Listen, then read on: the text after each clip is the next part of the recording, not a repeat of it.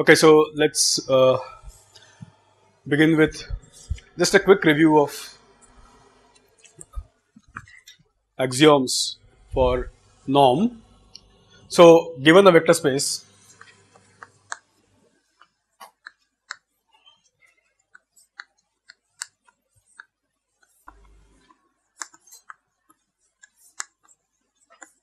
given the vector space X and of course the field F,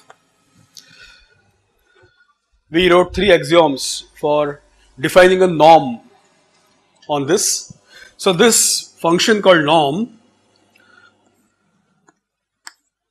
was a function that was from X to R plus. R plus is real positive integers, positive real numbers including 0. So, R plus is set of positive real numbers including 0. So, this is a function from an element in X. This is a compact way of writing from element in X to R plus, and we said there are three axioms. One is that norm X is greater than 0 for all X that belong to X, and X not equal to 0 vector, and norm X is equal to 0 if and only if X is equal to 0 vector. So, this was the first axiom. The second axiom was norm of alpha times X is norm X mod alpha, or absolute value of alpha times norm X, where alpha is a scalar belonging to field F. And the third axiom is triangle inequality.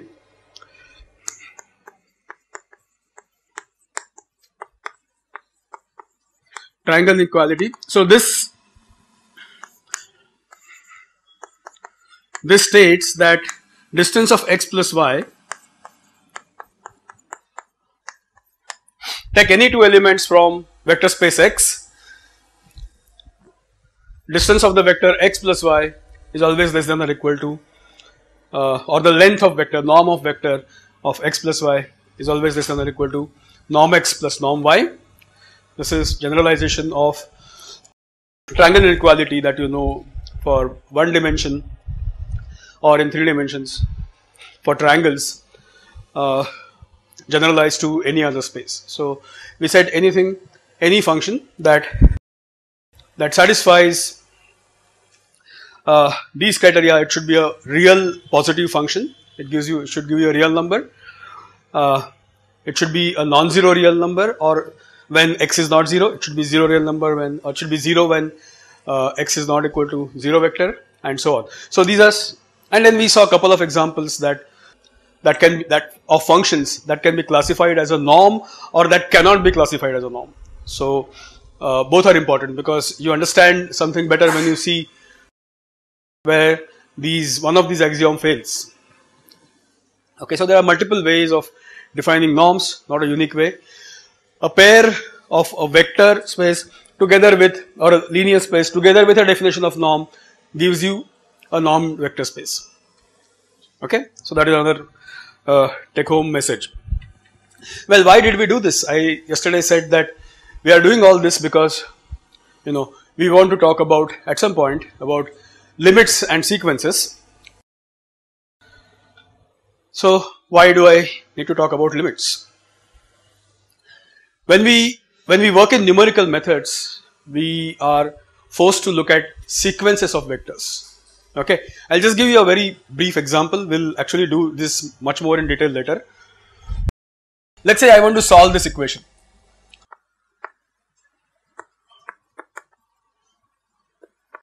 These two are coupled equations and I want to solve them simultaneously. Okay, I want to solve them simultaneously. This kind of problems, I'm writing it in abstract form. Very often we encounter these kind of problems. Well, I'm going to write this in abstract way as f function 1 xy is equal to 0 and function 2 xy is equal to 0. There are two functions. F1 xy is equal to 0, F2 xy is equal to 0. Okay. Well, this kind of equations arise steady state of a CSTR. Concentration and temperature are linked. So first equation could be energy balance, second could be material balance, and then you get two equations in two unknowns, concentration, temperature. You have to solve them for. Okay, so I'm going to define a vector. This is my function vector. I'm going to call this as f of x. Well, let me call some new variable is equal to 0. So my neta is a vector. My neta is a vector which comprises of x and y. And then I want to solve for f neta is equal to 0 vector. This is my 0 vector. This is my 0 vector. Okay. I want to solve. I'm just writing the same thing in a different format. Okay. Now, what method you know for solving this? How do you solve this? Newton Raphson? Pardon me? Bijection method. Bijection method is for difficult to scale to two variables. One variable, well defined bijection method is there. You can have a bijection method for two variables, but well, let's take a very simple iterative scheme. Let's construct a very simple iterative scheme. I'll write neta plus f neta. I'll add this vector neta on both sides. Okay, and then I'll construct an iteration. Whether it will converge or not is a different story, but I'll construct an iterative process. So I'll start with some guess vector neta 0, that is, let's say, well, I don't know what the solution is, so I'm going to guess some solution. So let's say I start with say -1 and 1. This is x, this is y. Okay, and then what I want to do is to say that neta k plus 1 is equal to neta k plus f of neta k. Is it okay? I have just formulated an iteration scheme. In which I start with vector 0. I take this 0 vector, substitute here. Okay, I'll get vector 1. Okay, I take vector 1, substitute here, I'll get vector 2. Okay, how do I know whether this sequence of vectors is converging to something? Pardon me? What is difference? See, it's a two-dimensional vector. Now I have just for the convenience written two-dimensional vector. I could have done this in n dimensions. N equations in n unknowns, very, very common. Chemical engineering trying to solve steady state energy material balance for a plant. You can get 1000 equations in 1000 unknowns. Okay. Pardon me? But what of difference vector? Norm of the difference vector. Okay. So we have to talk about a vector converging to another vector. A vector converging to a solution. What should happen at the solution? Let's say if x star is a solution, neta star is a solution.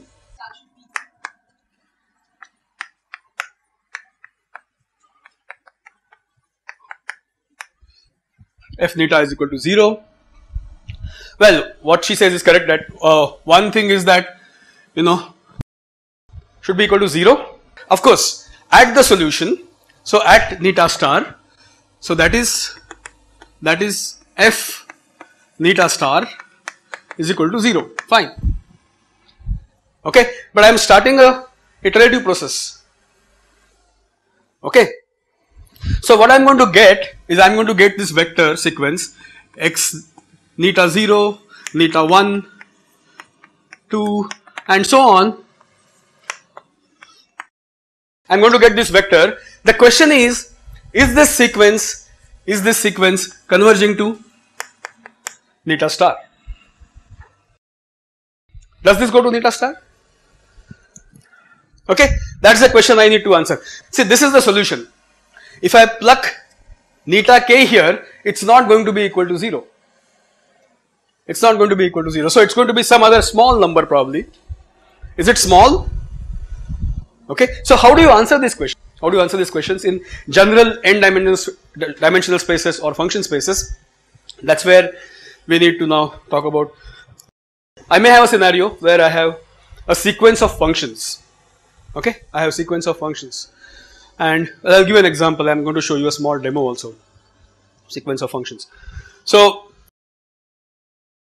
the question is this sequence convergent? Is this sequence convergent? So these kind of problems are always encountered in numerical analysis. Okay, because every method, almost every method that you have for solving, most of the problems through computing is iterative. You start with a guess and you come up with a new guess and so on. Okay, so there is this need to look at convergence of sequences. So we are going to define two notions. One is Cauchy sequence. So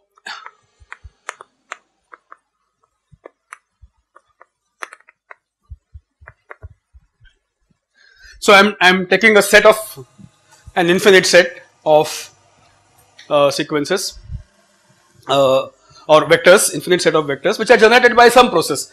It could be some iterative scheme by which you are working or whatever it is. Now I want to know, how do I formally define convergence?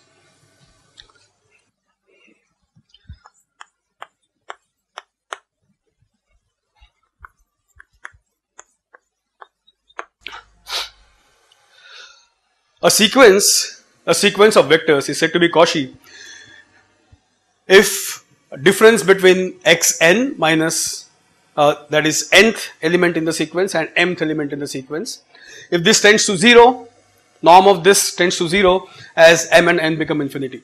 So more and more elements you generate in this, okay, more and more elements you generate in this, the vectors come closer and closer.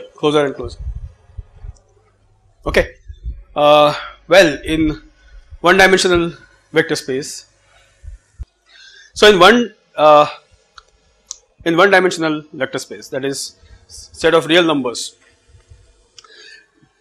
well, when a sequence is Cauchy, it converges to a limit inside the set, but depends upon the space. Funny things can happen if the space is not complete. What is this business of completeness? We'll come to that soon. Before that, let me define a convergent sequence. So there are two different notions. One is Cauchy sequence, other is convergent sequence. These are not niceties just for the sake of nice mathematics. These are very, very relevant to computing. Now, what is a convergent sequence? So I am considering this sequence again. In fact, this is a shorthand notation for sequence. I am not going to write every time k going from 0 to infinity or k going from 0 to n, whatever it is. Curly braces x superscript k is a sequence, okay, in a norm-linear space or a norm vector space. Now this is said to be convergent to a vector x star if this is said to be convergent to an element x star if difference between x star and xk goes to 0, difference between x star and xk goes to 0 as k goes to infinity. Okay, so what I want to show you is that it is not obvious that a Cauchy sequence will always be convergent. It depends upon the space that you are considering. A convergent sequence is always a Cauchy sequence, but vice versa is not necessarily true. Okay, a Cauchy sequence may not be convergent. A convergent sequence is always a Cauchy sequence. Okay, now examples will make it clear why I am talking of these funny things, and you will also realize that this is something that you deal with every day when you use computers. Okay, so I am going to take an example of a vector space in which a Cauchy sequence is not convergent. I am going to take an example of a vector space in which a Cauchy sequence is not convergent. Okay. So basically, and I want to give an example of this idea that convergence to a particular element is something different and it depends upon the space. My first example here is my space X is my first example here is set of rational numbers Q, and I am taking field F also to be Q. Okay, I am taking a field also to be Q. So this combination will form a vector space. Okay, and then I can find very easily a sequence in this vector space which is Cauchy but not convergent. Okay, a simple example is, now consider a sequence. Well, whether I start index with 0 or 1 doesn't matter, I am starting with 1. X2 is 1 by 1 plus 1 by 2 factorial and so on. So my nth element in this sequence is 1 by 1 plus 1 by 2 factorial plus 1 by 3 factorial. I think this is a well known series. Where does it converge to? E. But E, is it a Cauchy sequence? It's known to be a Cauchy sequence. It's a convergent sequence in real line, on real line. On real line, where does it converge to? Okay, so this sequence Xn, this converges to element E as n tends to infinity. We know that this particular element tends to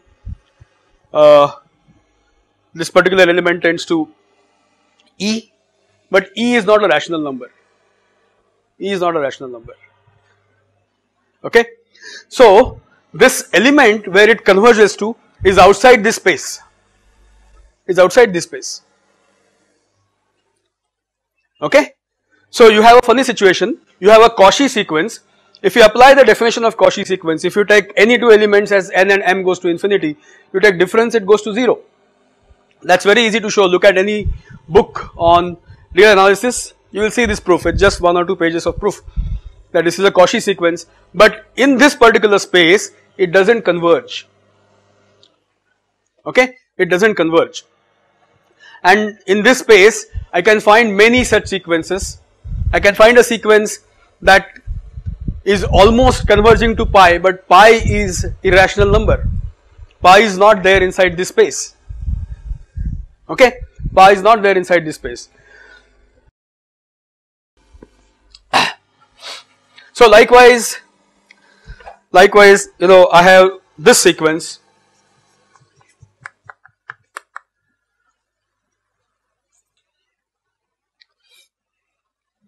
So this sequence, that is 3 by 1, 11 by 3, 41 by 11 and so on, it converges to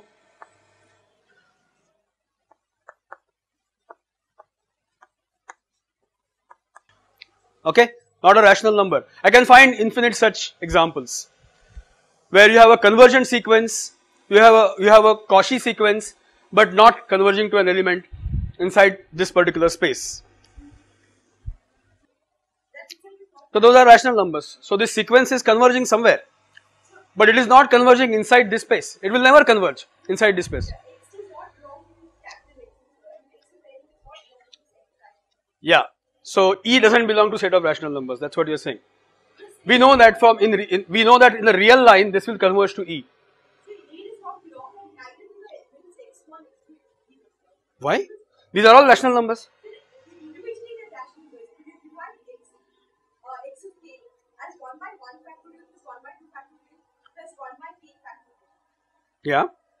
Those are So you can always define one common denominator. It's a rational number. It's a rational number. if it is just 1 by 1 factorial, it's a rational number. No, no, no. All these are rational numbers. I think you have to. We can talk about it little later. This particular thing is. These are all rational numbers. They are all rational numbers. They are not irrational numbers. So, also you mean to say that 1 by third may not be expressible, but So the summation is not a rational number. rational number is whether you can write it as integer upon integer. I can always write it as integer upon integer. Okay. Whether you can express it as a continued fraction, we are not looking at that problem right now. The true representation is integer upon integer. I can have a common denominator. For this, it becomes a rational number. Okay. You are confusing between its representation in the computer. I am coming to that. Okay. So don't confuse between the two. Okay. So don't confuse 1/3 with 0.33. Okay. Don't confuse that with 0.33. Okay. If this is true about Q, it is also true about Qn. I can define a space, product space, which is Qn. N dimensional space, my X can be Qn. I can take a space which is, where do you get Qn? When I am doing computing in a computer, okay, I can deal only with finite dimensional vectors. I can only deal with finite dimensional vectors, and in computer you cannot represent many of these irrational numbers. I cannot, because computer has a finite precision. If I take 64-bit precision, the resulting number which you approximate as E actually will be a rational number, something divided by some. I have to truncate, right? I cannot have a representation. Do you understand what I am saying? In a computer, whatever is the precision, 64-bit, 128-bit, you go to very high precision computer. Okay, any number is actually represented as a, in using binary 101010 sequence, and there is finite number of bits used to represent a number. Okay, so that number will always be representable as a rational number. Something divided by something. I truncate it. Okay.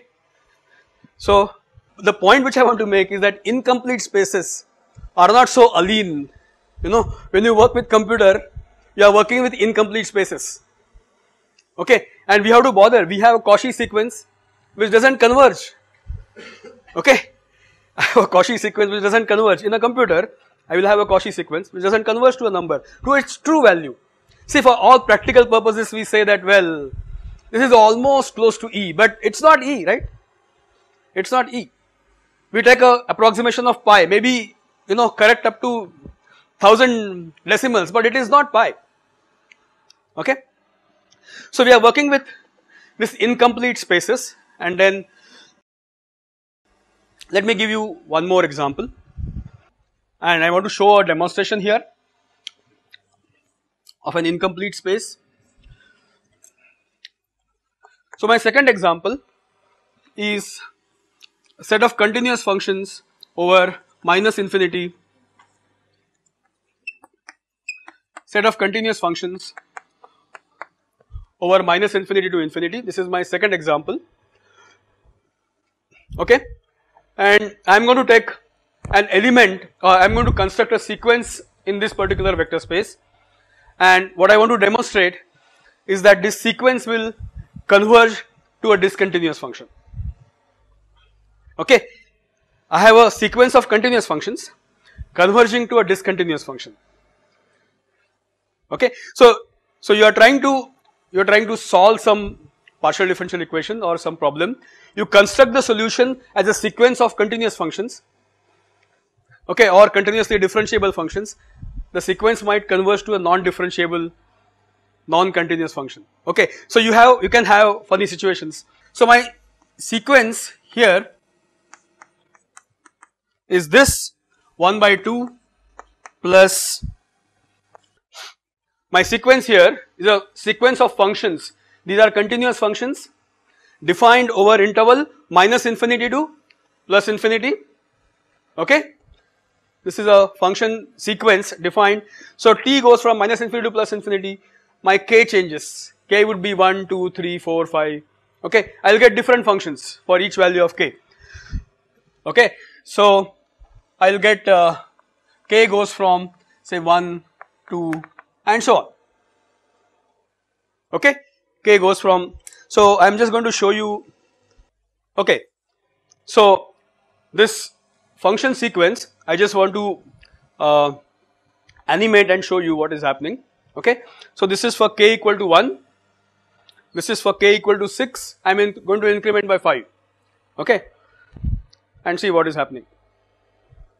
This is k equal to 11, 16 and so on. I just go on, right. So I am going closer and closer towards this step kind of a function, right. I am going closer and closer to the step function.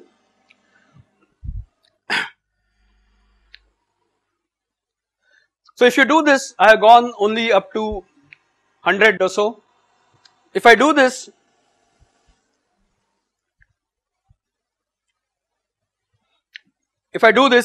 by incrementing k much longer, to a larger value, this will converge to a step function. Okay. So moral of the story is that I am starting with a set of continuous functions. Okay. I am generating a sequence in this set, but this sequence doesn't converge to element in the set. Okay. The sequence doesn't converge to an element in the set. So there is a problem. Okay. So if now what is nice about real line? What is nice about real line? That every real line, every sequence which is Cauchy will converge to an element inside the, right. Every Cauchy sequence on the real line will converge to a number on the real line. Okay. So in some sense, real line is a complete set. There is nothing outside it. Okay. Whereas set of all rational numbers is incomplete. Okay. There is something outside. Okay. And the sequences here seem to converge to something which is outside the space. Okay. Seem to converge to something which is outside the space. So what is nice about real line? It's complete space. Okay. What is nice about, because real line is a complete space. Okay. Same thing is true about R2, two-dimensional vector space. Any sequence in two-dimensional vector space will converge to a point in 2 dimensions. Okay. Any sequence in n-dimensional real Rn will converge to element in Rn. But in Qn there are holes, so where the sequence will be Cauchy but it will not converge. Okay. So these spaces, in which all sequences converge within the space are called as complete vector spaces, and these are spatial vector spaces. Okay. So there is something different about the spaces in which, so we move back to the blackboard. So we want this nice property to hold even in the vector spaces. Okay. So we'll call this vector spaces, these vector spaces which have this special property as complete vector spaces, or they are named after a famous mathematician Banach, who actually founded this, one of the founders of functional analysis. So what is a Banach space? So every Cauchy sequence to converge to an element in space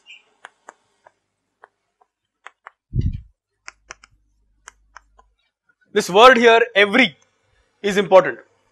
Every Cauchy sequence. Okay. If I can find one sequence which doesn't converge, the space is not a Banach space. Every Cauchy sequence should converge. So the real line, or Rn, or equivalently if you take complex numbers Cn, okay, they have some very nice property. They are all complete spaces. Function spaces need not be complete spaces. Set of continuous functions we saw is not a complete space. Well, in functional analysis you talk about completion of an incomplete space, you add all the elements and then create a new space, okay, which is complete and so on. But we don't want to go into those details right now. I just wanted to sensitize you about the fact that even in the computer we are working with incomplete vector spaces, okay. And then you can get into funny situations in computing, in advanced computing, because of this incomplete behavior. Well, so far so good. We talked about, so we started generalizing notions from 3 dimensions. Don't forget that. We talked about a vector, and then we said there are essential properties of a set, which the 2 essential properties, vector addition and scalar multiplications, okay.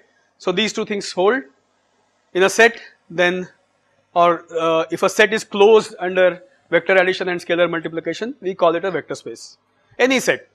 So we freed ourselves from the notion of a vector space which is just 3 dimensional, okay. We can now talk about set of continuous functions, set of continuously differentiable functions, set of twice differentiable, thrice differentiable, and you can, so now how many such spaces are there? There are infinite such spaces, okay. Then we said, well, we now, that's not enough to have just generalization of vector space, we also need notion of length. So we talked about norm, right, we talked about norm. Norm was in some sense generalization of notion of magnitude of a vector, okay. And we said there are so many ways of defining norms, okay, and a pair of a vector space and a norm defined on it will give you a normed vector space or normed linear space, okay. So this up to here fine. Now we need something more. I need angle, okay. One of the primary thing that you use in 3 dimensions, one of the most fundamental result in our school geometry or in 3-dimensional geometry is Pythagoras theorem, and I need Pythagoras theorem in all these spaces. What am I going to do? Okay, I need Pythagoras theorem. So I need orthogonality, I need perpendicularity, one of the most important concepts that you use in applied mathematics, in modeling, in physics, in chemistry, in everywhere. Orthogonality is a very quantum chemistry in the sense, you might wonder where in chemistry. So orthogonality is very important, and we need to generalize the notion of orthogonality, and that's where we will start looking at inner product spaces, okay. We'll start looking at inner product spaces. Now here the attempt is to generalize the concept of dot product. How do you define angle in 3 dimensions? Well, if I am given any 2 vectors, say x and y, which belongs to R3, how do I find the angle between them? So what I do is I find out x cap, which is a unit vector in this direction. Normally I take a 2 norm here. Well, why 2 norm? We'll come to that. Why not 1 norm?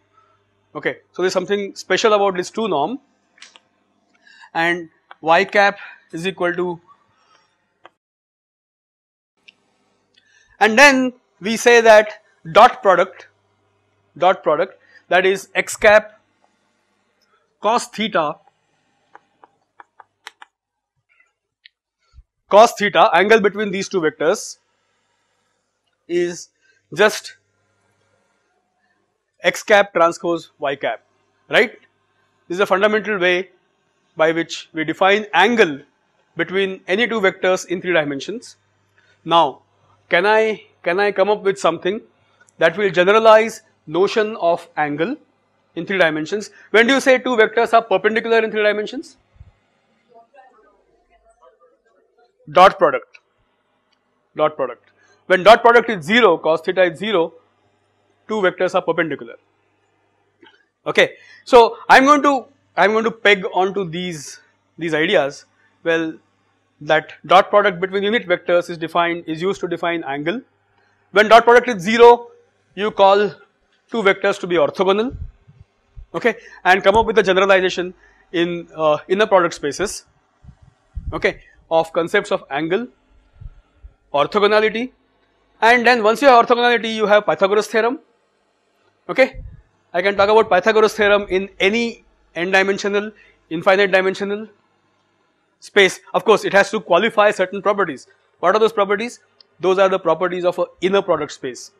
So now we have to start questioning what is characteristic of an inner product. Okay, see, we had three properties of magnitude. What were the three properties of magnitude?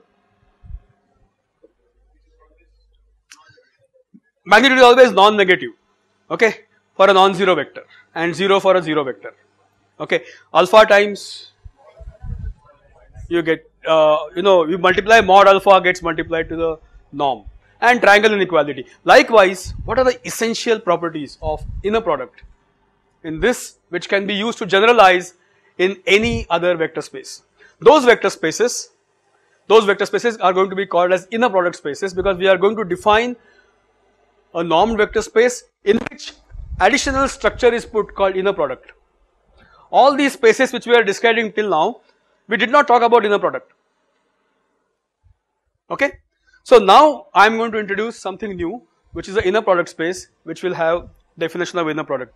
What you will realize is there are umpteen number of ways to define inner product, and so the way of defining generalizing orthogonality is not unique.